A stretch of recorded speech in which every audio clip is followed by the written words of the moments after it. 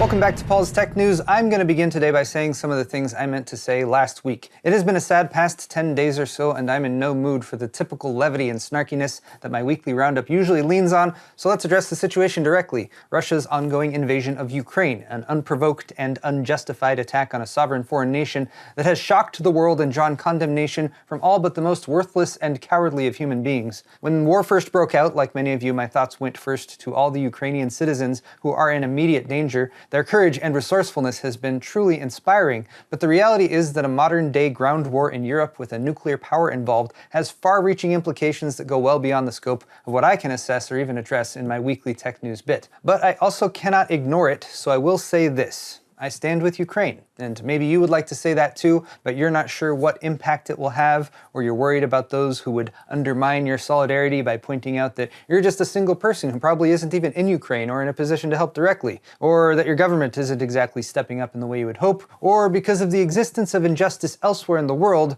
your thoughts or feelings are invalid. You probably don't have an immediate 12-point plan to stop the war and set the situation to rights and appease all sides of the conflict while sparing every innocent life in the process, so why bother? But remember this, the lack of an easy solution does not mean that we should give up on our fundamental humanitarian values. We should speak out to condemn these horrible acts by Russian leadership, even if speaking out is all we can do. So thank you to everyone who has raised their voice in opposition, people watching the news unfold from their homes thousands of miles away, or likewise the Russian citizens who are risking their livelihood and future by openly protesting in Moscow, St. Petersburg, or 50+ other cities. Let's all declare in unison the now immortal words of the Ukrainian soldiers who were defending Snake Island when the attackers first arrived. Russian warship, go fuck yourself. Excellent! The tech industry began to make moves this past week to push back on Russia's invasion of Ukraine, with both AMD and Intel now stating that they've stopped all sales to both Russia and Belarus, including chips that are specifically designed for military use and chips that can be used by civilians. It is widely expected that there will be a temporary halt for all semiconductor sales to Russia, says Tom's Hardware, a statement reinforced by TSMC's commitment to halt exports as well, meaning even Russia's domestically designed chips will no longer be available since they are still fabbed in Taiwan. Microsoft has also suspended sales of products and services to Russia.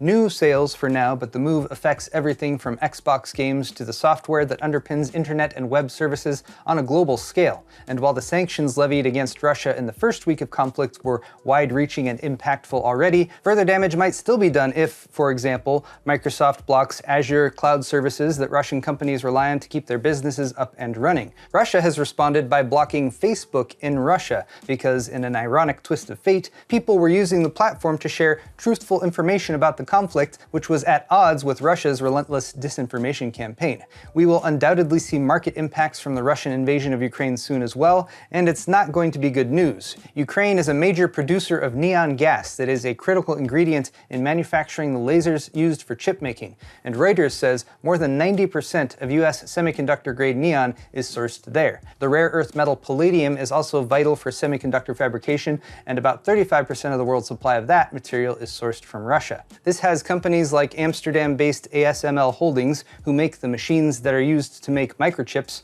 seeking alternative sources in order to meet their business needs. It's too early to say how widespread these supply chain disruptions will be, but we've been watching as newly planned fabs pop up all over the world recently in response to the chip shortage, and now the vital machinery needed to power those fabs could be delayed too, because why? Putin's ego needed stroking. Seriously, fuck that guy. Speaking of new chips though, and attempting if I can to steer away from news related to war atrocities, big chip manufacturers including Intel, AMD, Qualcomm, ARM, TSMC, and Samsung announced the Universal Chiplet Interconnect Express standard, or UCIe, on Wednesday, a new standard intended to create open, interoperable guidelines for combining multiple silicon dies or chiplets onto a single package. Industry standards like this are the reason we can use the same DDR memory in Intel and AMD platforms, or the same ATX spec motherboards and power supplies across a range of case designs, so it's potentially cool to see these companies working together for a chiplet standard, since that's the way the industry has been headed for a while. If the UCIe standard succeeds, it might allow smaller companies to take advantage of Intel or AMD chiplet-based designs, or for easier integration of an Intel CPU chiplet and an AMD Radeon GPU chiplet on the same substrate, for example. The UCIe standard will cover the physical and protocol layers of chiplet design, and version 1.0 defines two performance levels levels: a standard package with 16 data lanes and up to 25 millimeters of space between the chiplets, and an advanced package with 64 data lanes but only 2 millimeters of space between each die. The standard has a head start because it will leverage existing PCI Express and Compute Express Link or CXL protocols, which chip makers are already familiar with. Even AMD's existing inter-chiplet communication method known as Infinity Fabric remains UCIe compliant, which indicates that the standard has been in the works behind the scenes for some time already. And while I often talk about companies going head-to-head in competition with each other here on my channel, it's refreshing to hear that UCIe was primarily developed by Intel and then donated to the UCIe group to provide a foundation for the new standard. Member companies will begin work on the next generation of UCIe technology starting later this year. If you missed me saying NVIDIA when I listed the companies that have stopped doing business with Russia earlier, that's probably because I didn't. NVIDIA hasn't really commented on the war, and perhaps that's because they've been a bit distracted dealing with being hacked, or pwned, as the kids like to say in 2022. NVIDIA finally acknowledged the breach on Wednesday, stating, "On February 23, 2022, NVIDIA became aware of a cybersecurity incident which impacted IT resources. Shortly after discovering the incident, we further hardened our network, engaged cybersecurity incident response experts, and notified law enforcement." The South American hacking group Lapsus claimed responsibility and has demanded a ransom to return the 1 terabyte of data that they collected, later adding that they would also like NVIDIA to make their GPU drivers open source across all platforms from now on and forever. And while I would also appreciate open source NVIDIA drivers, I don't think that decision should be made at virtual gunpoint. This is not the way. Analysts have also pointed out that the things being ransomed, including DLSS source code and complete silicon, graphics, and computer chipset files, would have limited real-world value, as you'd need to be a global-scale chip designer in the same range as AMD or Intel to put any of that info to good use, and existing companies in that position would not touch any of that data with a 10-foot pole because then NVIDIA would sue them, and with good reason. So it's doubtful that the Friday deadline that the hackers have presented will lead to any moves from NVIDIA's side, especially since Team Green has already gone on the offensive by hacking the hackers back, attempting to encrypt the stolen data with ransomware, which was apparently successful, but the hackers also made a backup. Almost had them, NVIDIA. I'll update you guys next week if there's any more fallout from this aside from NVIDIA email addresses being publicized or GPU code names being revealed.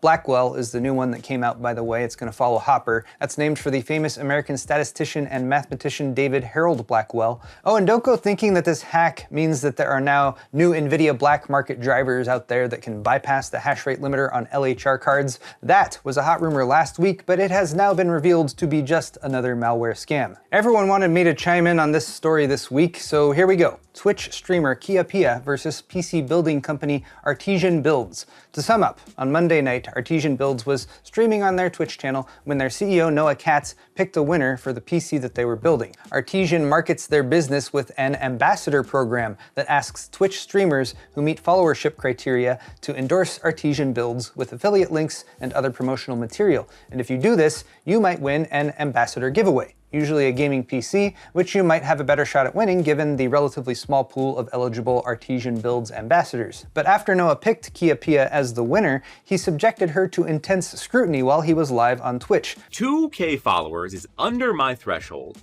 3 days ago is within my threshold. Long streams, which is good. See if you have redeeming qualities. Okay. All followers combined still under 5K, even across multiple socials. I was trying to be generous. That's a tough one. And there's the re-roll. Here's the reason, chatterbabies. This person has 3 months of ambassadorship and not a single click. Not a single click. Not even once. Purged. Criticizing her sub counts and overall clout before deciding that she didn't deserve to win the system because he was so unimpressed. Kiapiaa was crushed and tweeted a couple clips of the incident. The tweets spread quickly, and overnight a groundswell of support grew. So by the next morning, she already had a couple free PCs being offered to her by Meta PCs and Jay's 2 cents. And to be perfectly honest, on Tuesday, when this seemed to be everywhere, I was a little put off. Not that I disagreed with anyone who was standing up for Kia, but it just seemed like so many people were rushing in to help because there was righteous indignation, which is a hell of a drug, and they wanted to get in a kick-in at Artesian themselves or just hop on that viral wave and ride it out to boost their own online exposure. But in retrospect, Kia was redirecting her newfound fame at every step to other creators who were similarly mistreated by Artesian builds, which I greatly respect, and further investigation by Twitch streamer OnePeg and especially a deep dive video by Christopher Yee showed that this was not a one-off incident by Noah Katz. OnePeg found that the California Franchise Tax Board shows Artesian builds business status as suspended or forfeited due to non-payment, meaning they can't do business in California legally, and Chris relayed personal experiences where he had to fix systems that had been assembled by Artesian builds on multiple occasions because they were poorly assembled, as well as a revealing call with a former employee. Bigger streamers like Alinity have also shared partnership offers extended by the company that were downright offensive, like $300 a month for a ridiculous amount of exposure. All in all, it looks like Artesian builds, and in particular the CEO Noah Katz, might need to go back to the well. Quite literally, since Artesian means pertaining to well water, or the upward movement of water under hydrostatic pressure in material beneath the Earth's surface, which is not the same as artisan, but they sound the same if you're illiterate.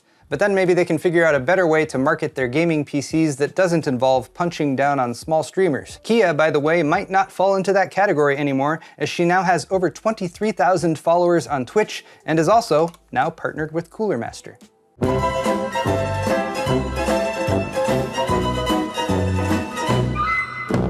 Speaking of a groundswell of support, you might be feeling a swelling sensation as well, which means it's time. You should upgrade your tech briefs. Gigabyte is no stranger to bad press these days, and Igor's lab has highlighted another product you should probably avoid, the Gigabyte GeForce RTX 3080 Gaming OC WATERFORCE graphics card, which seems to have corrosion issues due to the use of mixed metals and cheap production methods. Igor lists many criticisms and shows pics of 7 different cards sent in by his fans that had corroded, and his card was already headed in the same direction after only 6 months of use, with a liquid change halfway through. Fortunately, the card seems to be discontinued, but heads up to anyone who is still running one of these cards. You might want to check how yours is doing. The success of the Steam Deck, which only formally launched just over a week ago, has been enough that Valve is already planning a follow-up. Gaben himself revealed in an interview with Edge magazine that the top-end $650 version of the Steam Deck was far and away the most popular, meaning that as a business, they see that there's demand for a more powerful version and that consumers are willing to shell out more cash. Maybe the lack of GPUs out there has something to do with it,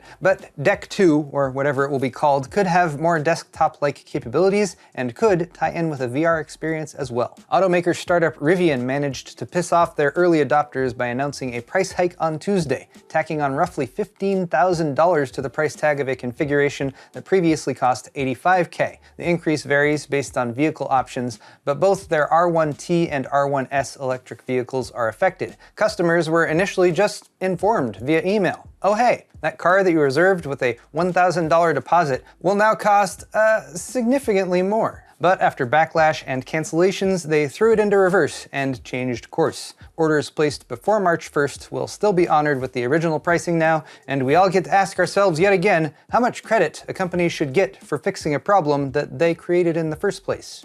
Nintendo, lawful owner of so many of our childhood memories, can be kind of a jerk sometimes. Most recently, they're issuing takedown notices for fan-made tutorials on how to set up Switch emulation on a Steam Deck. And while turning your Steam Deck into a Switch likely appeals to many handheld gamers out there, I won't say whether or not these creators should be doing this specifically, but Nintendo has shown many times that they have no problem exerting draconian control over their intellectual property, and there are many old games that you can't even access or buy anymore without relying on some form of emulation. So it's frustrating that Nintendo has the time and is willing to invest the resources to track and attack YouTube creators for something like this, when they could easily just create better methods for fans to purchase and enjoy older out-of-print titles, or simply look the other way if they really wanted to be cool about it. There's only so much negative press that the existence of the Zelda franchise can offset, I guess is what I'm saying.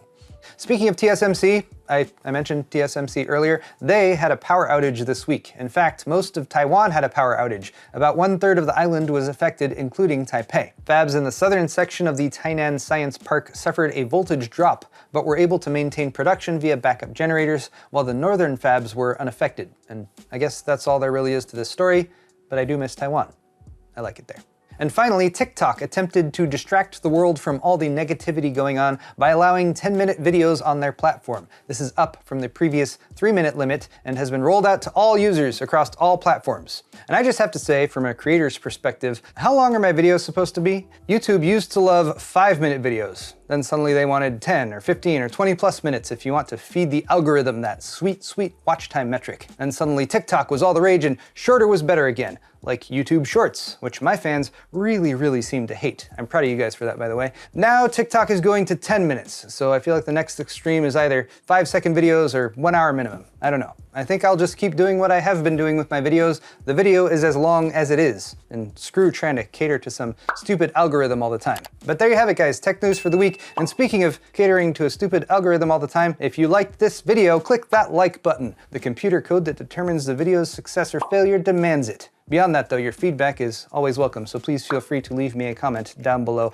That helps the algorithm too. While you're down there, all the articles I talked about today are linked in the description. If you're interested, check out my store at paulshardware.net for high-quality merch, t-shirts, hoodies, beer sets, and more. And if you're not subscribed, it's a good idea, and I highly recommend it. Thanks again, everyone. We'll see you next week. Glory to Ukraine.